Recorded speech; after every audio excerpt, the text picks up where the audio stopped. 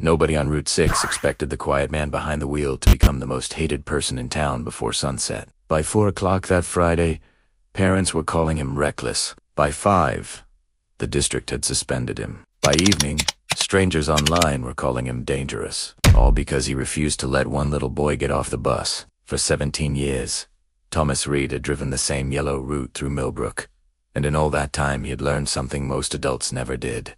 Children speak long before they use words. Sometimes it was obvious. A scraped knee, tears, a missing lunchbox. Sometimes it was smaller than that, a silence where chatter usually lived. A backpack held too tightly, eyes fixed on the window as if home had suddenly become the worst place in the world. Thomas noticed those things because he had built his life around noticing. He was 58, broad-shouldered, gray at the temples, and carried himself with the patience of a man who had long ago accepted that most people only noticed bus drivers when something went wrong, invisible when everything ran smoothly, unforgettable the moment it didn't. He lived alone in a tidy duplex on the south side of town. His wife had been gone 6 years. His daughter lived in Ohio and called every Sunday unless one of the grandkids got sick. Most evenings Thomas ate dinner with the television low and the curtains open. Not because he liked the noise, but because silence got heavy if you let it sit too long. He knew every stop on his route by memory. The twins who always forgot their lunch money, the 7th grader who pretended not to wave, the kindergartner who still cried on Mondays. And he knew Jonah Mercer. Jonah was 9 years old, all elbows and dark hair, with a kind of face that usually looked halfway between curiosity and apology. He sat in the 4th row on the right, never caused trouble, always thanked Thomas when he got off, and carried books too big for his backpack because he refused to leave them at school. For 2 years, Thomas had known him as a quiet, thoughtful child. For the past 3 weeks, he had known him as a frightened one. It started with little things. Jonah stopped reading on the bus. Then he stopped talking to the girl who sat across from him. Then he began flinching whenever the brakes hit too hard. One Monday morning, when Thomas greeted him by name, Jonah looked up with the exhausted eyes of a child who had not slept. Children change. Sometimes for no dramatic reason at all, but Thomas had seen enough over the years to know when a change had fear inside it. He also knew Jonah's stop, Maple and 3rd. Blue mailbox, white fence, small front yard with a broken wind chime. Usually his mother waited on the porch, hand raised, coffee mug in the other hand. But the last few afternoons, Jonah's mother had not been there. A man had tall, thick-necked, always in work boots, jaw set hard even from half a block away. Jonah's father, Thomas assumed. He had only seen him clearly twice before, but both times the man stood too still for comfort, as if patience cost him something. The first time Thomas really paid attention, Jonah froze 1 row before the front of the bus and whispered, "Can you wait a second?" It was such a small request, Thomas almost missed the tremor in it. "Everything okay, buddy?" Thomas asked. Jonah nodded too fast. "Yeah, I just forgot something." He had not forgotten anything. If you've ever had that feeling that something is wrong before you can prove it, then you already know the kind of weight Thomas carried that week. If this story pulls you in, leave a like, subscribe, and tell me in the comments. Would you rather be wrongly judged for 1 day, or stay quiet and live with regret forever? The Friday it all happened began like any other. Fog over the river. Damp roads. 1st graders climbing onto the bus with lunchboxes banging against their legs. High school kids pretending not to be tired. Thomas checking mirrors, counting heads, moving through the route the way musicians move through songs they know by heart. Jonah got on at 7:14 a.m. wearing the same green hoodie he had worn 2 days earlier, though the weather had turned warm. His left wrist disappeared into the sleeve, but not before Thomas saw a dark yellow bruise near the base of the thumb. Thomas did not react. Not visibly. "Morning, Jonah."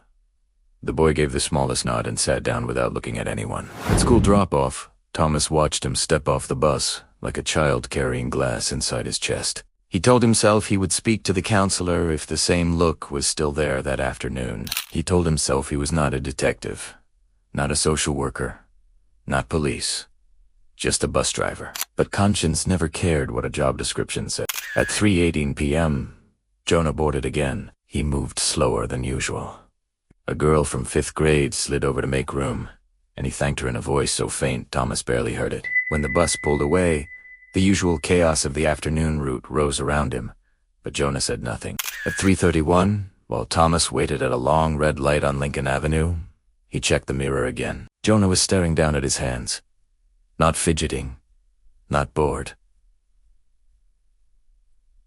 Just staring. Thomas had seen that before, too. Children sometimes looked at their own hands like that when they were trying to steady themselves from the inside out. By the time the bus turned onto Maple, Thomas had already made the decision in the private place where right and wrong sometimes arrive before language does. The father was there, not at the fence.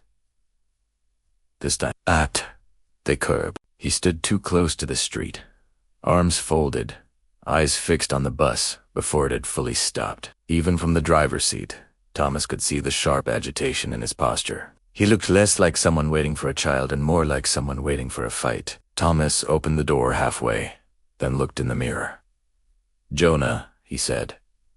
The boy's head snapped up. "You getting off here?" The silence that followed was so loud, Thomas would remember it for years. Jonah looked toward the open door, then toward the windshield, where his father stood visible to half the bus. Every bit of color drained from the boy's face. Then, almost soundlessly, he shook his head. Thomas closed the door. The bus behind him honked immediately. Several children complained at once. "That's Jonah's stop." "Mr. Reed, you missed it." "Why didn't he get off?" Thomas pulled the bus back into motion. At first, nobody understood what was happening. Not the children, not the father pounding once against the side of the bus as they rolled past, and certainly not the parents who would hear about it 10 minutes later and decide they already knew enough. Jonah stayed frozen in his seat. Thomas drove 3 blocks in silence before speaking. "Everybody stay seated." A middle school boy near the back said, "Sir, that guy was yelling." "I know," Thomas answered. Jonah's breathing had gone shallow. Thomas could see it in the mirror. The boy looked like someone bracing for impact that had only been delayed. Thomas reached for the radio. "Dispatch. This is bus 14. I need an administrator at my location when I arrive." "Immediate?" Static. Then the dispatcher, startled. "What's going on?" Thomas kept his eyes on the road. "I have a student I am not releasing at his usual stop. I need support."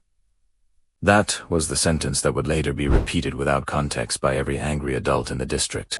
Thomas drove straight to Millbrook Elementary instead of finishing the route. The children on board had gone quiet in the way children do when they realize the adults around them are frightened and pretending otherwise. At 3:42 p.m., he pulled into the side lot. By 3:45, the assistant principal, the school counselor, and 2 secretaries were waiting outside. Thomas stepped off first, then turned back toward the 4th row. "Jonah," he said gently.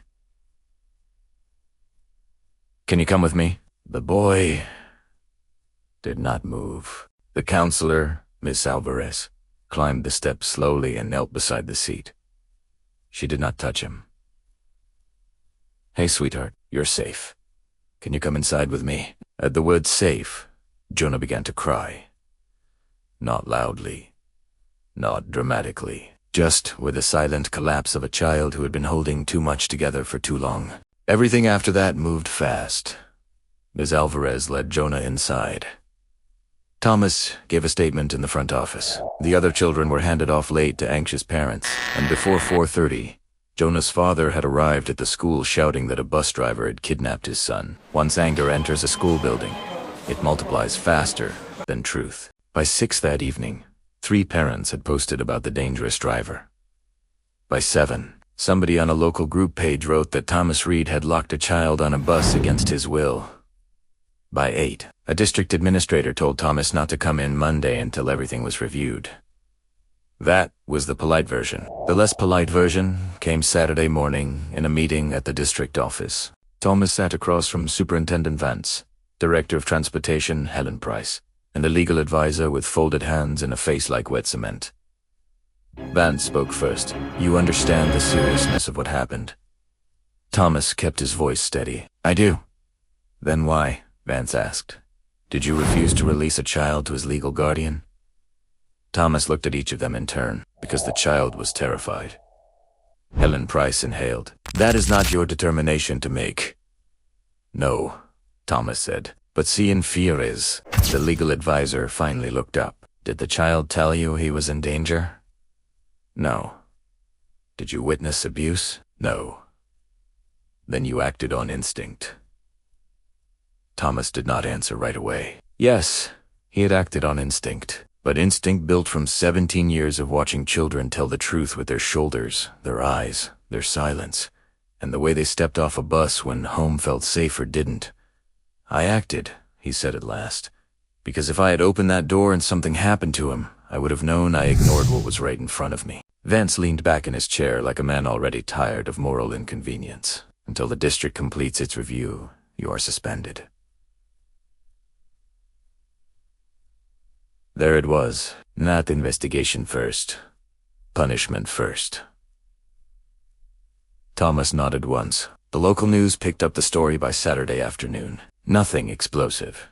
Just a short segment about a school bus driver under review after apparent alleged misconduct involving a student drop-off. But people did what people always do with half information. They turned it into certainty and certainty into entertainment.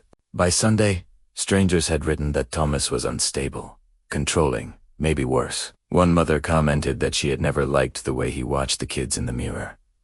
A father demanded criminal charges. 2 parents emailed the district saying he should never be allowed near children again. Nobody wrote that he had driven 17 years without a serious complaint. Nobody wrote that he had once waited in sleet for a mother whose car had broken down. Nobody wrote about the 6-year-old who still sent him Christmas cards because Thomas had found her missing inhaler under a seat last winter. Reputation. Thomas thought that Sunday night is held together by thread. Outrage carries scissors. On Monday morning, while half the town kept talking, the truth began arriving quietly in rooms nobody online could see. Jonah had finally spoken.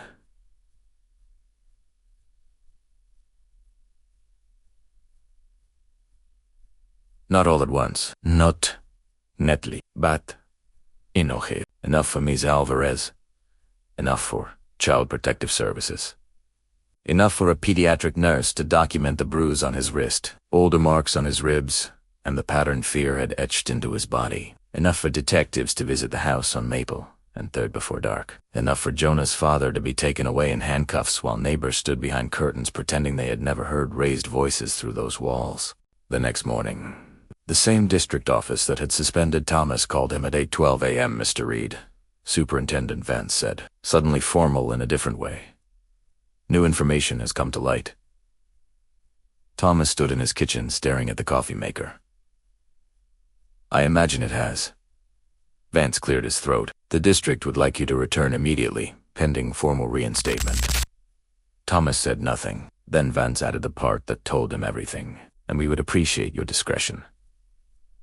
There it was again. Not concern. Not apology. Image.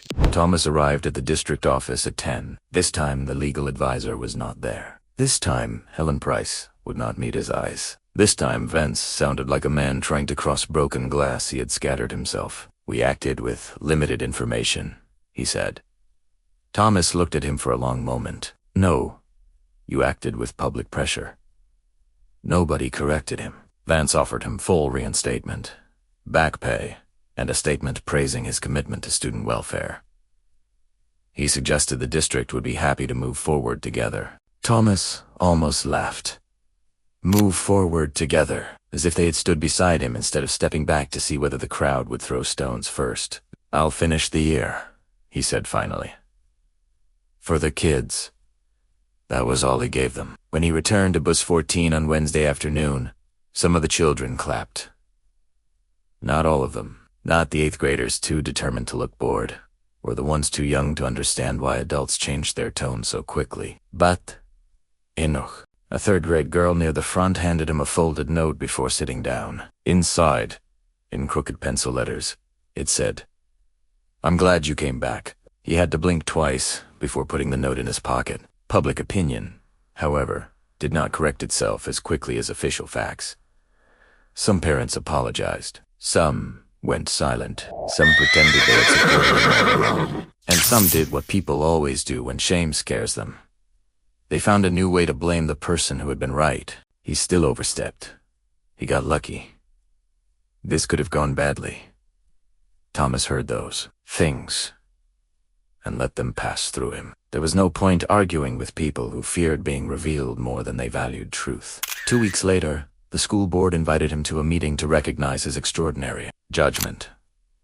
A framed certificate sat on a table near the podium with his name printed in gold. A district photographer waited by the wall. Thomas looked at the certificate, then at the rows of people who had not stood beside him when it mattered. He accepted the paper because refusing would have embarrassed the children in the audience, who still believed adults understood gratitude. Then he stepped to the microphone. "They told me this is for bravery," he said. "But the truth is, I did not feel brave that afternoon. I felt afraid I was wrong. Afraid I would lose my job. Afraid nobody would believe why I made the choice I made." The room had gone quiet. "I'm accepting this because one boy is alive and safe. But let's not pretend the system worked. It didn't. A child had to be terrified. A bus driver had to be publicly buried. And only then did people become interested in the truth." No one interrupted him. Not Superintendent Vance. Not the board. Not the parents who suddenly found the floor fascinating. "Children do not always say help in words adults are willing to hear," Thomas said. "Sometimes they say it with silence. Sometimes with fear. Sometimes by looking at a closed bus door and praying someone keeps it closed." Then he stepped away, set the certificate back on the table instead of taking it with him, and walked out before anyone could reshape his words into public relations language. Months later, the story had mostly faded from town conversation. That is what towns do. They burn bright over scandal and then go quiet once the truth becomes too uncomfortable to discuss honestly. But some things remained. Jonah sent Thomas a letter in the spring, written in careful block handwriting from his aunt's house, 3 counties away. It was short. "Thank you for not making me get off the bus." Thomas kept that letter in the same kitchen drawer where he stored his daughter's birthday cards and his late wife's recipe for peach cobbler. Not because it made him feel heroic, because it reminded him that being right in the most important moment of your life may still cost you almost everything. And if anyone asked him now what hurt the most, he would not say the suspension. He would not say the district. He would not say the online mob, or the parents, or the local news. He would say this: that on the day he chose a child's fear over an adult as a companion, almost everyone trusted authority before they trusted humanity. If this story stayed with you, leave a like, subscribe, and tell me in the comments what was worse, that Thomas was judged before the facts came out, or that he still had to stand there and act grateful when they realized he had saved that boy.